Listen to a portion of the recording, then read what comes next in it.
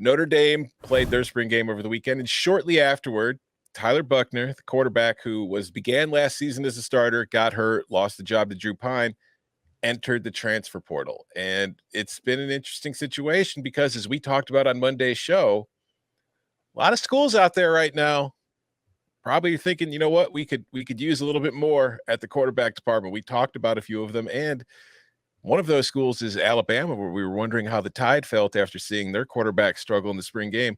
Anybody know where the guy who chose Tyler Buchner to be his starting quarterback last year at Notre Dame is coaching now? Oh. Is he in Tuscaloosa?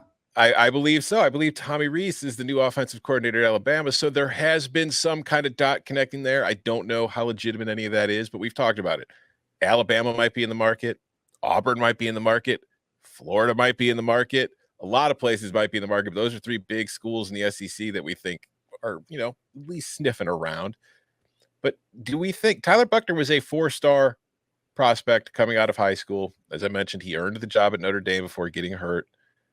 Do we think he's like a legitimate target for any of those schools, or is this somebody who might be going, quote unquote, down a notch to find playing time elsewhere?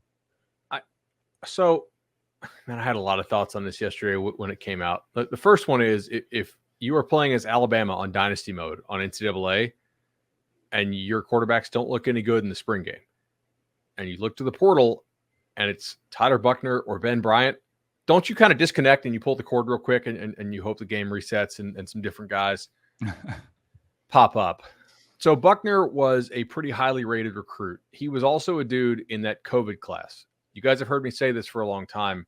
I think that the rankings for the entire recruiting industry for the COVID class are going to be orders of magnitude worse than a normal year, because a lot of guys didn't play, including him, their senior year of high school. Like, I have no idea what he would have ended up rated had he played.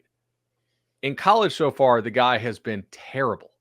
I mean, under 5 yards net adjusted per attempt. Yes, he tore up South Carolina in the bowl game, kind of, but hey, we all on this show bet the crap out of Notre Dame because we knew all those dudes were out for South Carolina, and he also threw 2 horrendous pick sixes. He was bad against Marshall.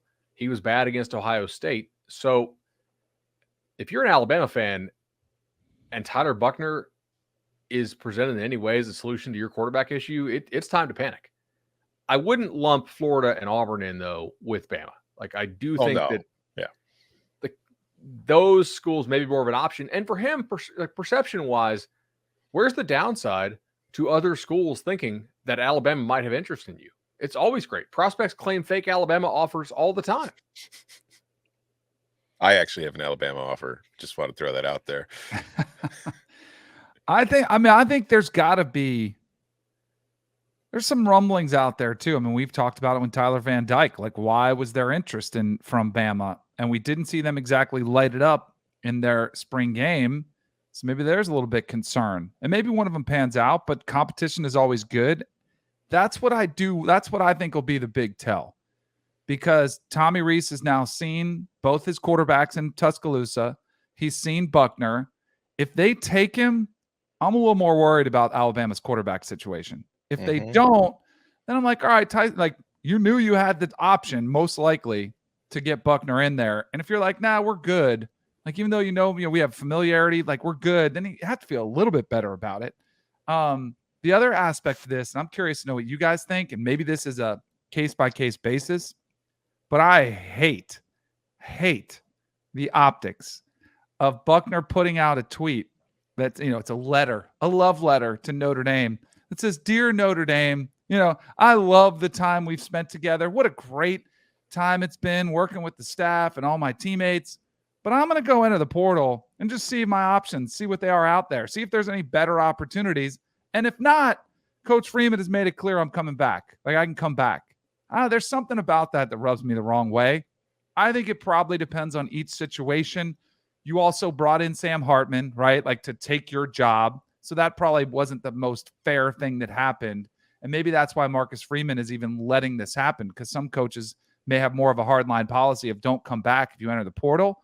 But he has the red flag, right? He's got the red check mark that says don't contact me in the portal, which I guess, says, hey, he already has a couple places in mind that he is already seeking. But if like I'm Marcus Freeman and he comes into my office and he tells me he's considered transferring, I almost feel like, can you do this quietly? And then once you go, you go. And if you don't, like, I don't care if we tamper. Like, go ahead and talk to schools. You know, I mean, I know that's illegal, but have your people reach out, see what's out there.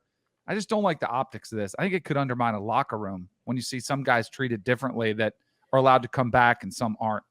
You never use that approach like with a girl you were in a relationship with? Right? Like it was Oh, like, I've tried. it's I like, got listen, away with it in high school too, with some, you know.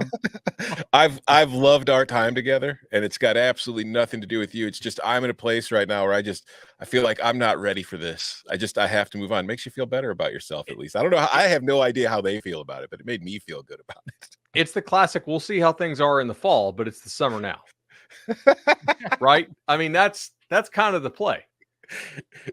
KIT, have a great summer. Yeah. Marcus Freeman's yearbook here with Buckner. I get it, and I'm a little tired of all these like the love letters to the fan bases and whatnot that look like they were written by ChatGPT.